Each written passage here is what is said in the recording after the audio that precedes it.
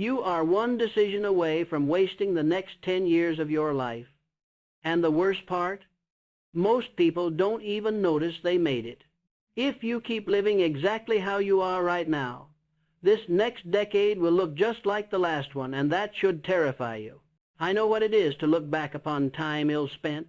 I have listened to the confessions of thousands of men and women who reached the twilight of their lives, filled with a gnawing regret of opportunities missed and years squandered through simple, terminal errors of judgment.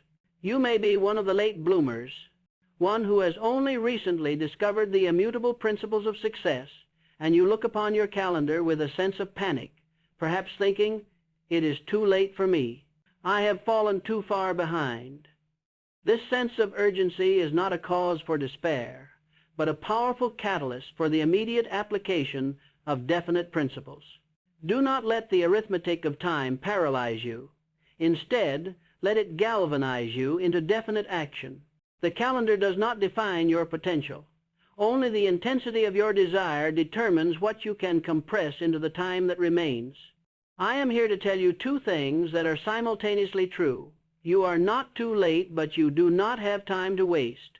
The failure to achieve noteworthy success is seldom due to bad luck. It is due to the non-application of the principles of success. This is a truth I discovered over 25 years of careful research among the most prosperous men and women of my time. Riches begin in the form of thought. For every great physical reality must first be conceived in the immaterial substance of the mind. But these thoughts are utterly useless without the power, the necessary discipline, and the fixed intention to translate them into definite, concrete action. Thought alone is potential, but action is power. My philosophy, the 13 immutable principles described in Think and Grow Rich, offers the shortest dependable philosophy of individual achievement ever presented to the public. These principles are not theories drawn from academic contemplation. They are the accumulated, practical, working wisdom of the greatest achievers of the modern era, distilled into a workable science of personal success. They represent the universal laws of cause and effect, applied directly to personal destiny and financial attainment. Furthermore, they represent a tested and proven method for the self-made man, regardless of his starting point, his level of formal education, or his prior failures. The man who applies these principles correctly and persistently will succeed, just as surely as the law of gravity operates. We are going to dedicate our attention now to exposing the overriding decision, the very root choice that causes life to remain stagnant, repeating the cycle of failure, and show you, step by step, how to organize yourself into the power necessary to make the next decade fundamentally and decisively different from the last. Do not mistake the length of this discourse for complexity. The principles themselves are simple, but their effective application requires a definite commitment and relentless discipline, which is precisely what we must now cultivate. The fatal decision, choosing indefiniteness. The first decision that wastes the next 10 years is the refusal to choose a definite chief aim. I have studied success for 50 years, and the evidence is overwhelming. Riches will not respond to wishes or vague hope. They respond only to definite plans, backed by definite desires. The very air around us is filled with men and women who wish for a better life, who wish for more money, who wish for success, yet their wishes are as idle and useless as a leaky ship in a storm. They are aimless wanderers, wasting their effort, their ambition weak, and their motivation insufficient, because they lack a clear target. They expect results from life without giving it a definite instruction manual. Indefiniteness is the first and most common roadblock on the path to any significant achievement. It is the natural state of the human mind until it is organized and directed by willpower. The majority of those who lament their wasted years share this common affliction. They have tried to build a fortune without a definite blueprint. They have a general desire for wealth, but they have never committed to a burning desire for a definite amount of wealth and a definite plan for getting it. How can the universe, or your own subconscious mind, deliver what you want if you have not named it, dated it, and described it? This refusal to define your target is the overriding decision that guarantees a do-over decade.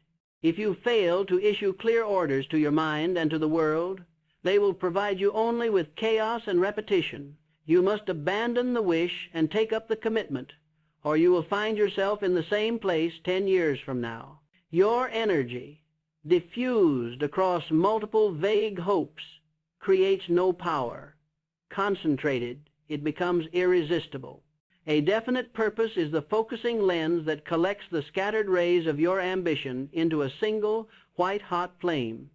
Let me tell you the story of a man who started with nothing but a burning definiteness of purpose. Edwin C. Barnes. He did not have money. He did not have formal education. He did not have the social connections of wealth. But he had a single, overwhelming desire to become the business associate of the great Thomas Alva Edison. He did not want a job. He wanted an association. He had no money for the fare to New Jersey, but he got there anyway, riding the freight cars. He appeared before Edison looking like a tramp and said, "I have come to go into business with you." This was not a request. It was a demand rooted in a fixed, definite purpose. It was the definiteness of his demand, not his appearance or background, that captured the attention of one of the greatest minds of the century. Edison saw the fire in the man's eyes, the intensity of a desire so defined that it commanded respect. Barnes started in the most menial of tasks, but he held to his desire. He refused to be discouraged or turned aside. He burned his ships and cut all sources of retreat. He understood that the lack of retreat was the only leverage he had against his own fear and doubt. He knew that the only alternative to success was utter failure, and that galvanized his will. He had converted his wish into its equivalent in psychological certainty. For years he worked for Edison, and only when Edison invented a dictating machine, the Ediphone, did the opportunity arise. Others could not sell it, but Barnes, possessed by his single definite purpose, stepped forward and succeeded triumphantly. He eventually achieved his aim, becoming Edison's associate and accumulating a great fortune. His success was not due to luck. It was achieved purely through the intensity and definiteness of his purpose. This is the great lesson for those who feel behind. Intensity of desire can be substituted for years of wasted time. The late start becomes a non-factor when the desire is white-hot and precisely defined. You must transform your wish into an obsession, and your obsession into a fixed blueprint. The power of a fixed aim generates the necessary persistence and decision that overcomes any temporal disadvantage. The first step you must take to stop wasting time and transform the next 10 years is to take the very first step toward riches, desire, and couple it with faith. I have laid out this method, clearly and simply, in 6 steps, for transmuting desire into its financial equivalent. Hill's 6 steps for transmuting desire. First, fix in your mind the exact amount of money you desire. It is not enough merely to say, "I want plenty of money." Be definite. Name a sum. This sum represents the specific goal you must aim for, providing your subconscious mind with a clear target to hit. Vague goals produce vague results. Specificity breeds motivation. This is the first definite instruction you give to the invisible power of your own mind. Second, determine exactly what you intend to give in return for the money you desire. There is no such reality as something for nothing. Establish the reciprocal service you will render. Be prepared to state exactly what talent, skill, or effort you will exchange for that wealth. Success is a matter of compensation, and you must define the value you intend to deliver. The true measure of your aim is the sacrifice and service you are willing to commit. Third, establish a definite date when you intend to possess the money. Name the day, month, and year. A goal without a deadline remains only a dream. The deadline creates urgency and forces organization. This deadline serves as the point toward which your subconscious must work. It is the clock that forces you to abandon procrastination and move into immediate action. Fourth, create a definite plan for carrying out your desire, and begin at once, whether you feel ready or not, to put this plan into action. Do not wait for conditions to be perfect. Start now. Action Even imperfect action is the only bridge between desire and reality. A plan need not be perfect, but it must be started. You will perfect it as you move forward. Perfectionism is merely delayed action, and delayed action is terminal to the late starter. Fifth, write out a clear, concise statement of all 4 points: the amount of money, the time limit for its acquisition, the service you will render, and the plan through which you intend to acquire it. This crystallization of your desire solidifies your aim. Carry this written statement with you, as it is the manifesto of your new destiny. The physical act of writing commits your conscious energy and clarifies your commitment in the eyes of the world, even if no one else reads it. Sixth, read your written statement aloud, twice daily, once just before retiring at night, and once after arising in the morning. As you read, you must see and feel and believe yourself already in possession of the money. You must mix emotion with the words. This act is the application of autosuggestion and faith. It is through this repetition, mixed with intense emotion, that you instruct your subconscious mind to find the means to achieve the definite aim. This daily ritual burns the desire into your deeper mind, where it can compel action.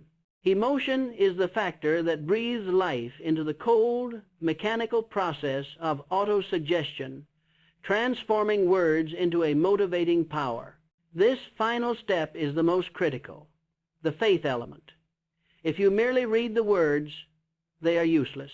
You must see the money, feel the texture of the bank statement, and believe with an absolute conviction that it is already yours. This is the burning your ships mentality. Be willing to cut all sources of retreat. When you are willing to make retreat an impossibility, the power of your desire will intensify to the point of success. A burning desire, backed by faith, will cover more distance in a single year than vague wishing will cover in a lifetime. Do not let the ghost of past indecision haunt your present opportunity. The greatest fortunes in history were achieved by men who created a state of mind that absolutely refused to recognize the possibility of failure. The stagnation point, mastering procrastination. I am now going to explain to you exactly why the last 10 years felt like they stalled, and why the next 10 will stall again if you do not prevail over this one habit: lack of decision. You are one decision away from wasting a decade because lack of decision stands near the head of the list of major causes of failure. The majority of people go through life as failures because they are waiting for the time to be right. This is the great lie that the fearful mind tells itself. They suffer from paralysis by analysis, endlessly researching and planning, or constantly changing their minds, moving from one vague plan to the next. Indecision is the silent destroyer of opportunity. It is an economic illness that costs fortunes and careers. It is a negative habit that grows with time, eventually consuming all confidence and initiative. The procrastinator is perpetually planning what he will do next, but never actually doing it now. Let me be firm with you. The world pays you for what you do, not for what you know or what you plan to do. Indecision is a subtle form of fear, the fear of making a mistake. The successful man, the one who does not suffer decade-long stagnation, is the one who practices the habit of reaching decisions promptly and changing them slowly, if at all. The man who has failed to achieve his definite chief aim has allowed others to influence him, or he is eternally waiting for more information that never fully arrives. Remember, a decision quickly reached and stubbornly adhered to is usually better than a decision reached after agonizing delay. The ability to decide quickly is the surest test of character and self-reliance. It demonstrates that the man has sufficient conviction in his definite chief aim to put his entire being behind a single course of action. Consider the 56 men who signed the Declaration of Independence. Their decision was reached promptly and with full understanding of the stakes. They staked their lives, their fortunes, and their sacred honor on that choice. They knew that delay was ruinous. That same courage is required of you today to stop the waste of time. You must stop asking for permission and start giving yourself clear, irrevocable orders. You must view every moment of procrastination as a surrender of your will to the fear of criticism. The man who cannot make up his mind usually finds that someone else makes it up for him, and seldom to his advantage. Decisions must be followed by organized planning. A leader who moves by guesswork, without definite written plans, is comparable to a ship without a rudder. Such a vessel is certain to be lost. You, the late starter, cannot afford to drift. The definite chief aim is your destination. The organized plan is your navigational chart. Every successful enterprise began with a definite plan, not a mere hope or wish. You have set your definite chief aim, but now you must build the machine to achieve it.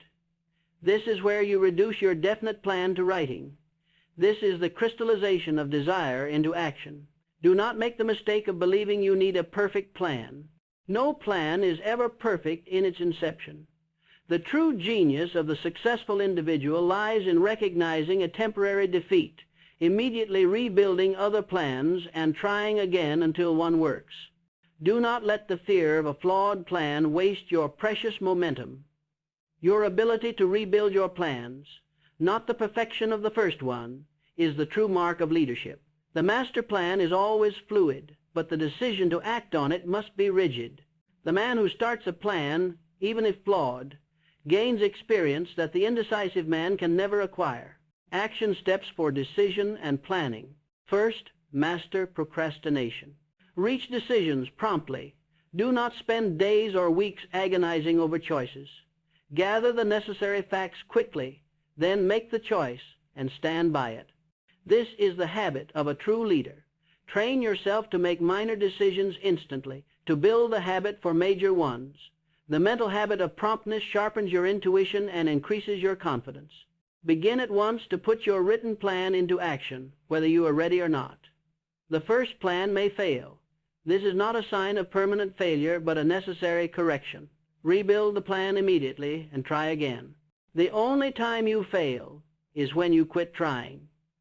The willingness to start small and fail quickly saves years of hesitation. The only genuine failure is the failure to attempt. Treat delay as a poison and immediate action as the only cure. Second, protect your plan. Keep your own counsel regarding your plans, taking no one into your confidence except members of your mastermind group. The world is filled with well-meaning but negative people, friends, family, and associates who will ridicule your ambition, point out your past failures, and attempt to inject fear into your mind. Avoid them. Their opinions are useless noise. The non-believer's doubt can infect the mind faster than any germ. Protect your enthusiasm from the vibration of non-believers, for enthusiasm is infectious, but so is doubt. You have no time to waste debating your vision with those who have no vision of their own. Write down your definite plan and review it daily. If you are struggling with a complex goal, break it down into smaller, actionable steps and assign a date and a responsibility to each. The act of writing turns vague hope into definite instruction. This written document becomes your personal constitution, binding you to your chosen destiny. The review must be accompanied by the same degree of faith and emotion you gave the original desire statement. Regular review ensures that your plan remains the dominating thought in your mind, controlling the autosuggestion process. If you commit to reaching decisions promptly and acting upon them, the feeling of stagnation will vanish, and the next decade will be defined by forward momentum, not delay. But momentum is useless without control of your deepest fears. The next step is to master the enemy within, the negative consciousness. The mind that has mastered indecision is now ready to master fear. The threat, negative consciousness, and the devil's workshop. I must now address the single greatest threat to your future success, the reason the last 10 years were wasted, which is your failure to exercise your single greatest control, mind control. Poverty consciousness will voluntarily seize the mind which is not occupied with the money consciousness. Failure to control your mind is the decision that will waste the next decade. You were born with the power of thought control, yet you likely gave it away freely to your environment. You allowed the chronic worry of others, the criticisms of toxic people, and your own negative self-talk to run rampant in the temple of your mind. You became crippled by doubt and susceptibility to negative influences. Many of you tell me, my circle is toxic, and I respond, you built that circle, and you can tear it down. Every thought you entertain is a seed. If you plant weeds of doubt, expect to fail to harvest riches. The human mind is the most fertile soil on earth. It will grow success or failure based on the thoughts you cultivate. The harvest depends entirely upon the quality of the seed you sow every day. The mind is a peculiar instrument. It acts on destructive, poverty-based thoughts just as readily as it acts on constructive, wealth-based ones. A bank official, whom I call Joseph Grant, became obsessed with the fear of poverty during a panic. His worry, translated into autosuggestion, poisoned his subconscious mind. He succumbed to what I can only call mental self-destruction, long before his actual circumstances justified such a dramatic end. His mind translated his thought, driven by fear, into a devastating physical and mental reality. His fate proves that thoughts alone, when mixed with enough emotional intensity, hold the power of life or disintegration over your ambition. The subconscious mind makes no distinction between constructive and destructive commands. It is an obedient servant, but a dangerous master if left undirected.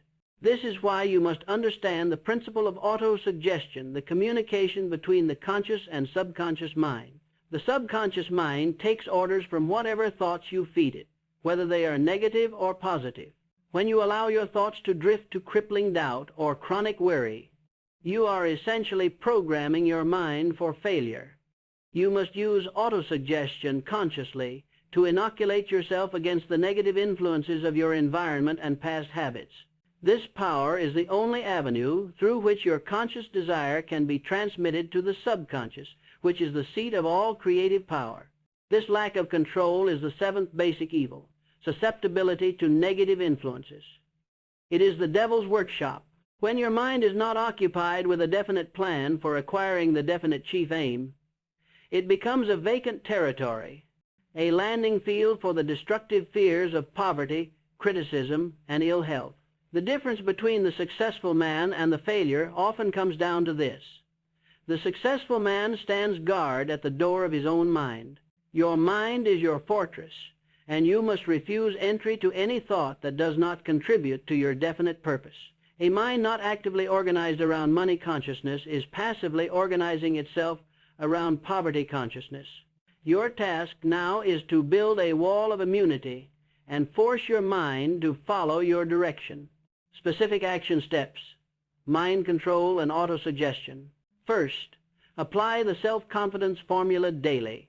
You must memorize the following formula, which is a powerful application of autosuggestion, and repeat it aloud each day with the faith that it will immediately influence your subconscious mind. I know that I have the ability to achieve the object of my definite chief aim. Therefore, I demand of myself persistent, continuous action toward its attainment, and I, here and now, promise to render such action. This is your daily vow of action and certainty.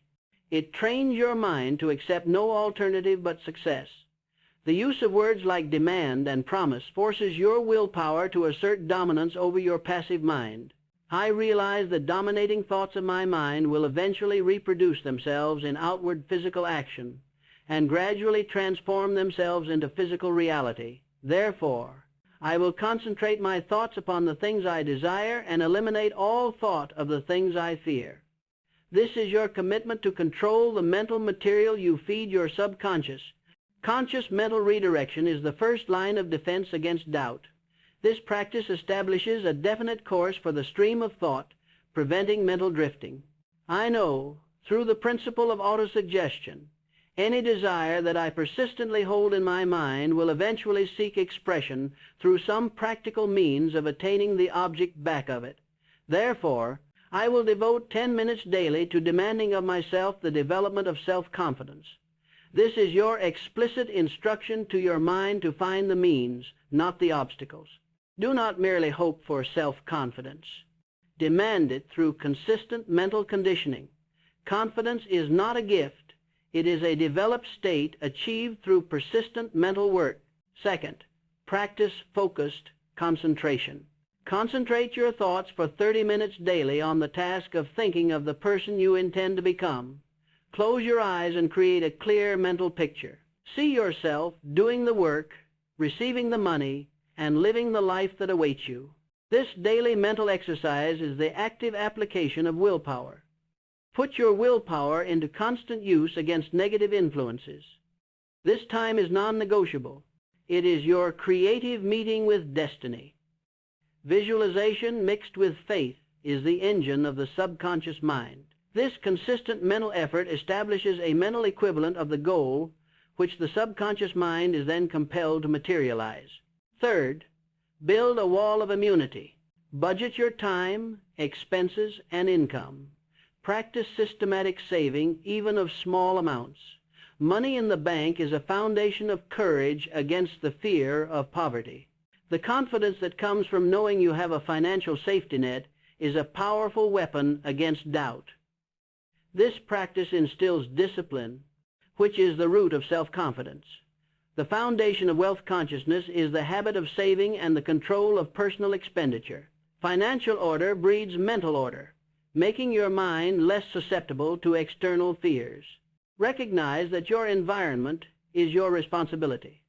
Sever ties with toxic associations that feed you criticism and doubt.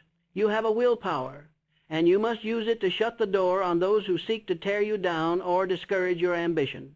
Your most important environment is your mental environment. Your progress is a direct reflection of the people and ideas you permit into your private world. If your physical environment breeds fear or doubt, you must use your willpower to establish a mental sanctuary. The elimination of toxic influences must be as definite and ruthless as the definition of your chief aim. If you do not control your mind, the failure of the last decade will be repeated. Master your thoughts, and you master your destiny. But thought mastery must be backed by unstoppable action. Before we address the critical principle of persistence, you must make a decision about the environment of your mind. My philosophy has transformed the lives of late bloomers and those who felt permanently held back by the circumstances of their birth or their environment. The difference between those who succeed and those who fail is not a secret, it is a system. This system is definite, and I provide it to you freely so you can make up for lost time. If this knowledge is resonating with your spirit, I urge you to join this community right now. Subscribe to this channel and ensure you receive every lesson designed to guide you from where you are to where you are destined to be. Your future depends on the knowledge you consume and the action you take, so let us secure this partnership in your success immediately. Do not let procrastination hold you back from receiving the next vital lesson.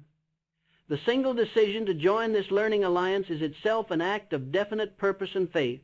Your decision to receive continuous guidance is a declaration of war against the habit of failure. The repeat offender, persistence, and the quitter's trap. If you keep living like this, your failure to acquire the habit of persistence ensures the next 10 years will be wasted. Persistence is the single factor that separates those who have the definite chief aim and those who actually achieve it. Every individual who succeeds in any great undertaking must endure temporary defeat. This is a law of nature. The difference between a successful man and a failure is not that one fails and the other does not. The difference is that the successful man keeps going after the failure. Temporary defeat is merely a detour, not a stop sign. It is the toll you must pay on the highway to achieve great achievement. The great failure of most people is that they stop trying after a temporary defeat, mistaking it for permanent failure. Let me give you a profound truth you must internalize. A quitter never wins, and a winner never quits. When you look back on your life and see wasted time, you are often looking at moments where you had a great idea, a strong desire, and even a written plan. But when the first obstacle appeared, you allowed the easy, quiet voice of the quitter to prevail. This is the common affliction of humanity, the habit of quitting when overtaken by temporary defeat. The majority of great inventions and fortunes were born just after the inventor or entrepreneur had encountered a massive temporary setback. The quitter mistakes the temporary wall for the finish line.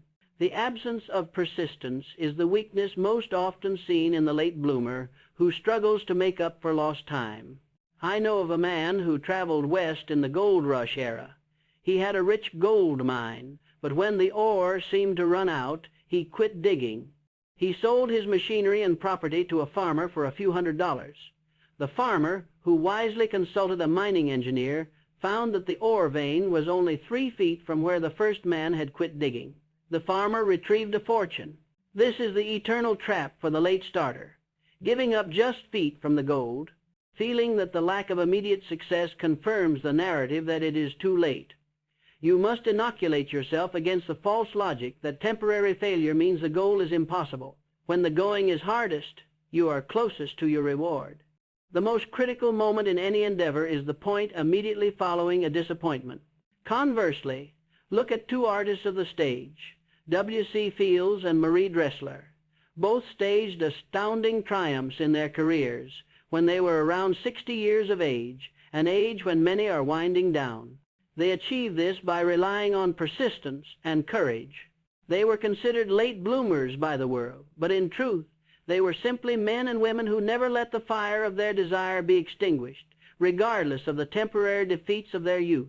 The decades you lost do not matter. What matters is the persistence you apply now. Persistence is the insurance policy against the time you feel you have lost. It is the difference between a lifetime of regret and a final, magnificent victory. Persistence is not something you are born with. It is an acquired state of mind, built on a strong foundation of your other principles. It is the direct, measurable result of the intensity of your desire. Specific action steps to build persistence. If you find yourself lacking persistence, you must remedy this not by shaming yourself, but by strengthening the desire that underlies your action. First, strengthen the foundation. Build persistence by strengthening desire. Reread and re-feel your written statement of your definite chief aim. If the desire is a mere wish, the persistence will be weak. You must reignite that burning desire until it is a white-hot obsession. Only then will persistence become automatic. Keep the image of the goal constantly before your mind's eye. Persistence is desire made permanent. A strong, definite purpose makes obstacles seem trivial in comparison to the reward. Continuous action. To get results, you must apply all the rules in my philosophy: desire, faith, autosuggestion, and planning, until their application becomes a fixed habit. Persistence is the habit of continuing action regardless of how you feel on any given morning. Successful men act when they don't feel like acting, because they have made action a compulsion. The systematic daily repetition of constructive actions builds the mental muscle of persistence. This continuous application creates a momentum that fear and doubt cannot easily stop. Second, fortify against defeat. Develop persistence using the 4 simple steps. You must have 1, a definite purpose backed by a burning desire. 2, continuous action in the carrying out of the plan. 3, a mind closed tightly to all negative and discouraging influences. And 4, a friendly alliance with 1 or more persons who will encourage you to follow through with your plan, your mastermind. You cannot maintain persistence if you are constantly absorbing the doubts of others. These 4 elements create an impenetrable barrier against the habit of quitting. The strength of the chain is its harmony, and the strength of persistence is its complete self-reliance backed by wise counsel. When defeat comes, remember this knowledge: every failure brings with it the seed of an equivalent advantage. This is not a platitude, it is a law of nature. The failure is merely feedback on your plan, not your potential. You must immediately extract the lesson, rebuild the plan, and increase the intensity of your persistence. The great persistent mind seeks the lesson in the ashes of the temporary defeat. The power of persistence turns a temporary defeat into a permanent asset. The advantages you gain from learning why a plan failed are often worth more than the goal itself, for they ensure ultimate success. If you adopt this attitude, you will not only make up for the time you believe you have wasted, but you will find that the lessons learned during those periods of apparent stagnation will become the equivalent advantage that fuels your greatest success. But you must never operate in isolation. The insurance policy, organized power, and the mastermind. The most critical decision to prevent a do-over decade is leveraging the mastermind principle. You must understand that power is essential for success in the accumulation of money, and you cannot acquire it quickly alone. The most significant barrier to the late starter, the one who feels behind in education or influence, is the self-imposed inferiority complex and the limited power that comes from isolated effort. To achieve great things, you must operate through the principle of organized power. The greatest power is the combined effort of two or more minds. This alliance is the indispensable means by which one man can accumulate great fortune. It is the difference between operating with your single physical energy and operating with a dynamic mental and spiritual force. The mastermind is not merely a meeting of friends. It is the coordination of knowledge and effort between two or more people in a spirit of perfect harmony for the attainment of a definite purpose. Power is organized knowledge, intelligently directed.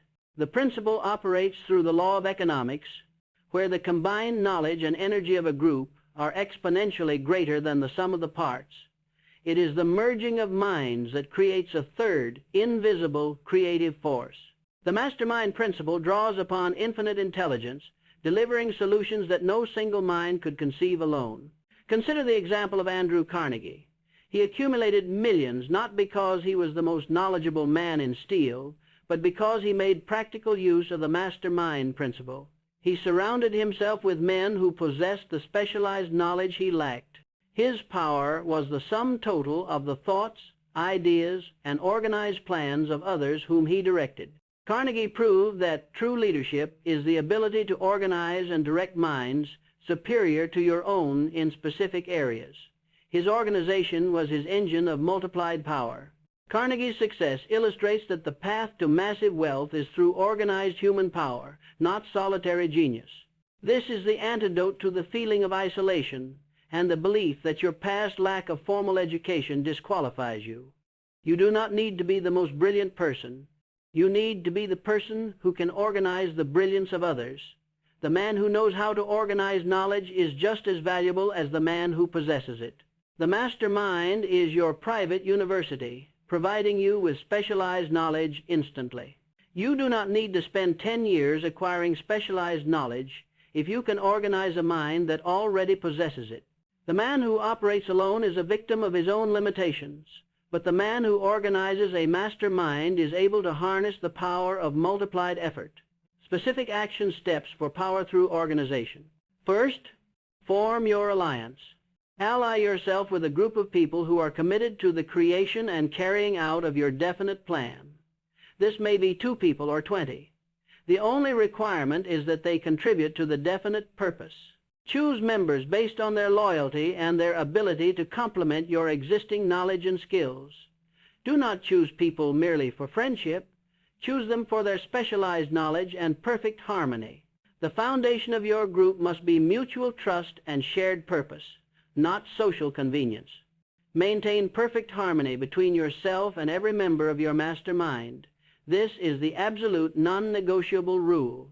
If you fail in this, if petty jealousy or discord arises, you may expect failure. The value of the mastermind lies in the harmonious coordination of effort.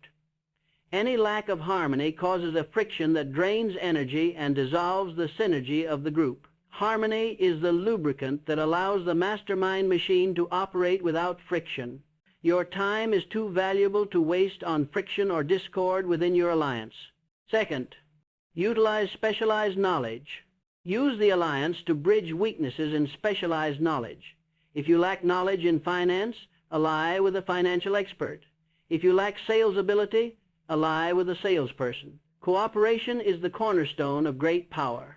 The person who directs the mastermind is just as much a person of education as any in the group. You need not possess all knowledge. You must know how to organize and direct the knowledge of others.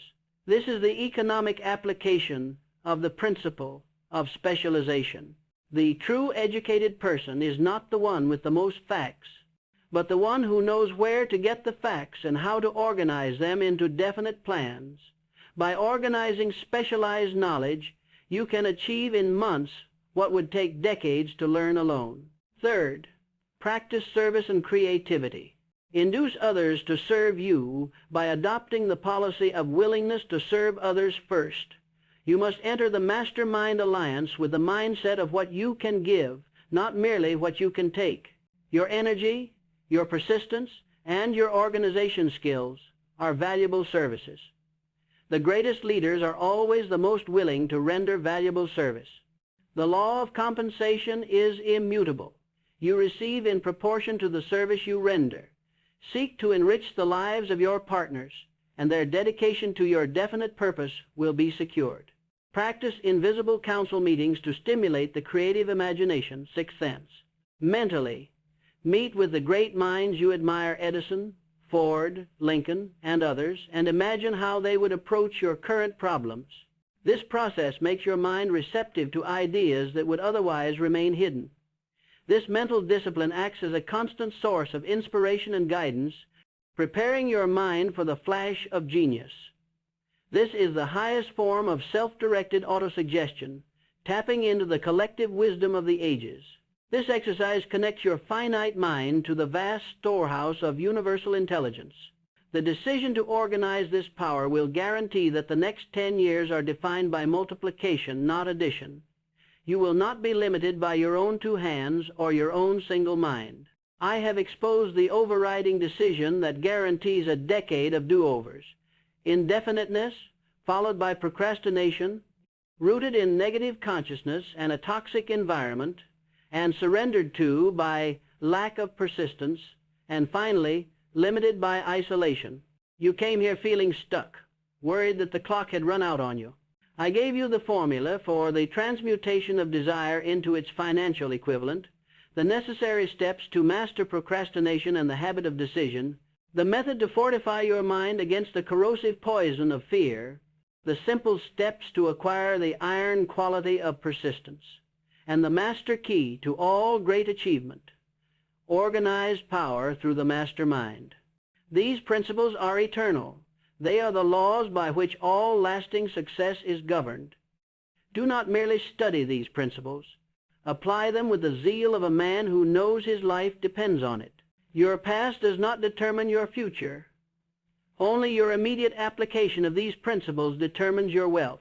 You are part of a generation who discovered these powerful truths later in life, and I commend you for having the courage to face that reality. Tell me in the comments below, what is your definite chief aim, and what is the single biggest fear you are committed to overcoming right now to achieve it? Knowing your starting point is the only way to accelerate your progress. Share your age, your goal, and your situation. I promise you, by naming it, you begin the process of mastery. The mere act of articulating your definite aim provides your mind with a clear command. The time you wasted is irrelevant now. It is a sunk cost. All that matters is the remaining time and the quality of the decisions you make today. The most successful people I have ever studied are not the lucky ones. They are the ones who converted their desires into definite plans, made prompt, firm decisions, and backed those decisions with an unflinching persistence that temporary defeat could never break. You are not too late, but you do not have time to waste. If you know someone, a friend, a colleague, a family member who has recently admitted that they feel behind, or who is stuck in a toxic environment that is draining their ambition, do not let them drift any further. Share this message with them immediately. This philosophy is the anchor they need to catch their breath and make the right decision today. A definite purpose shared is a purpose strengthened. Be a part of the network that raises others to success. Remember the truth I have given you. A single, definite decision is all that separates you from the life you desire. The path is set. The tools are in your hand. Now go and apply them. Do not wait. Start now. Your new decade begins with this decision.